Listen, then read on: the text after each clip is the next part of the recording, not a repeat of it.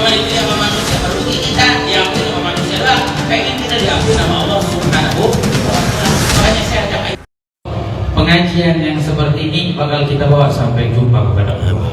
Amal soleh yang kita lakukan inilah yang bakal kita bawa sampai kita berjumpa kepada Allah Subhanahu wa Ta'ala.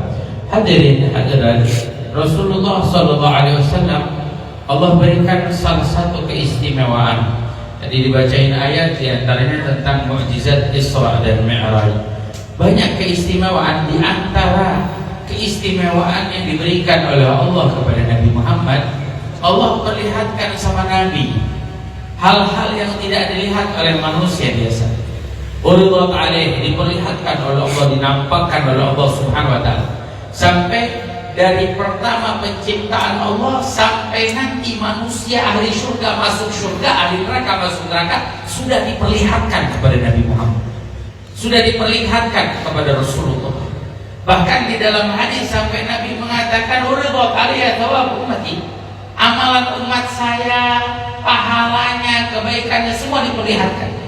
Kata Rasulullah, salah satu dari pahala yang paling besar yang dilakukan oleh umat imatatul adza anit thariq, di antaranya adalah mengangkat duri atau sesuatu yang mengganggu dari jalanan.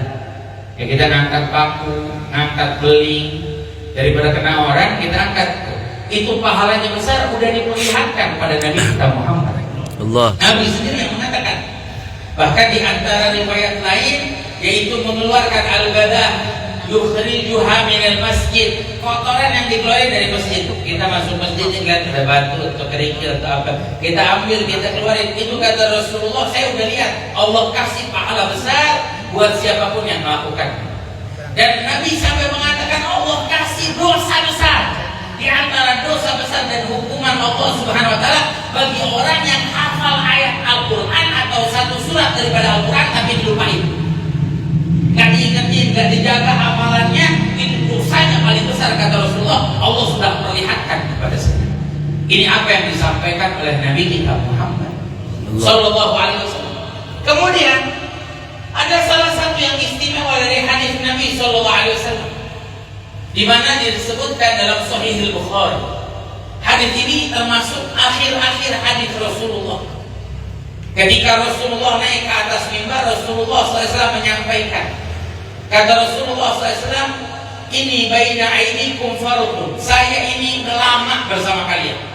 Nabi bilang, saya udah lama bersama kalian. Syirik mas sujud sama pot, baru syirik. Sujud sama pot, sama pohon, itu baru syirik. Dan orang sholat 5 waktu dijalani benar-benar dituduh syirik.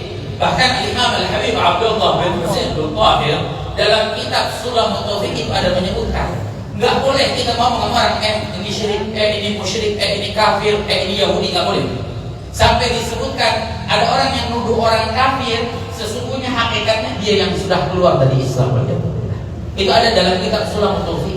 Yang bilang engkau Yahudi, kamu orang Yahudi, kamu kafir, orang tersebutlah yang justru malah keluar daripada agama Islam. Ini disebutkan dalam kitab. Makanya kita nggak boleh menuduh orang syirik. Coba kita pahami. Kata Nabi, sesungguhnya syaitan udah putus asa menjadikan orang-orang itu supaya menyembah kepada selain Allah. Udah putus asa menjadikan orang-orang yang sholat untuk syirik. Tapi apa kata Nabi? Walakin fit tahrish bihi. Tapi kata Nabi, syaitan itu berusaha dan tidak putus asa untuk apa? Tahrish bainihim, untuk membuat satu sama lain saling berselisih. Ini yang sekarang dibuat. Kerjaan siapa? Kerjaan siapa tadi disebut sama Nabi? Kerjaan setan. Yang buat ngadu domba kerjaan siapa? Kerjaan setan. Setan punya kelompok, Pak. Setan punya tim, timnya kuat, masya Allah, kalah tim kampanye. Lalu buat orang supaya pada berantem, buat orang supaya ada ribut, buat orang diadu domba. Kita nggak lihat di media sosial berapa banyak ulama, kiai, habaib, ustaz, orang-orang muslimin semua diadu domba. Sama siapa? Sama timnya setan ini namanya. Bukan buzzer lagi, ini timnya setan. Karena Nabi yang menyebutkan, kata Nabi sudah boleh kita ini, tapi mereka melakukan supaya satu sama lain saling berselisih, saling bermusuhan. Nungguin di hati-hati supaya ini benci sama ini dendam sama ini marah sama ini. Ini tugasnya siapa? Tugasnya setan. Makanya kita jangan ngikut-ngikut kelompok setan. Jangan ikutin ngadu ini, ngadu itu. Buat ini sama lain biar saling ribut, saling berantem, biar akur, biar damai. Kita jaga ketenangan, kita jaga keindahan yang Allah Subhanahu wa taala berikan buat kita. Mudah-mudahan nih barokah FS3G, Allah jaga negeri kita semua. Amin ya Allah ya Rabbal alamin. Yang kita harapkan yang paling indah. Ya mohon maaf, kalau dunia bakal kita tinggalin. Ya, dunia bakal kita tinggalin. Orang di luar sana lagi berebutin dipilih sama manusia. Orang di luar sana lagi pada berebut supaya dipilih sama manusia. Alhamdulillah saya girang. FS3G lagi pada berebut nih, hadir tiap subuh hari Ahad supaya dipilih sama Allah Subhanahu wa taala. Amin. Supaya dicintai oleh Allah.